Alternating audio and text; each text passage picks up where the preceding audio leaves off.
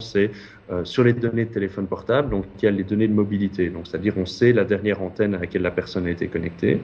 Et dans beaucoup de pays en voie de développement, c'est la meilleure donnée qui est disponible pour un certain nombre d'applications. Par exemple, des questions de recensement. Donc les recensements de population, ça marche extrêmement bien en France. Si vous regardez à la même chose en Côte d'Ivoire, vous n'allez pas avoir les mêmes qualités de données derrière. Les derniers recensements sont approximatifs, datent de 5 à 10 ans, et vous n'avez des recensements que tous les 5 à 10 ans.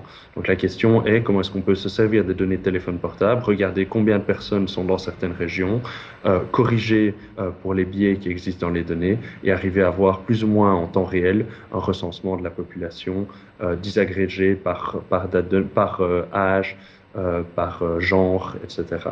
C'est une application. Une deuxième application, il y a énormément de recherches qui a été faite sur l'utilisation des données de téléphone portable, par exemple pour la mobilité.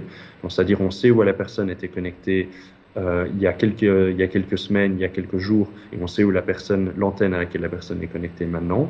Et la question est comment est-ce qu'on peut se servir de ces données de mobilité, notamment pour des modèles épidémiologiques. Donc il y a pas mal de travaux qui ont été faits pour Zika, pour Ebola, pour la malaria, qui sont basés sur les données téléphone portable, qui de nouveau, dans les pays en voie de développement, sont les meilleures données disponibles pour pouvoir avoir une idée de comment les gens se déplacent dans le pays à court et à long terme.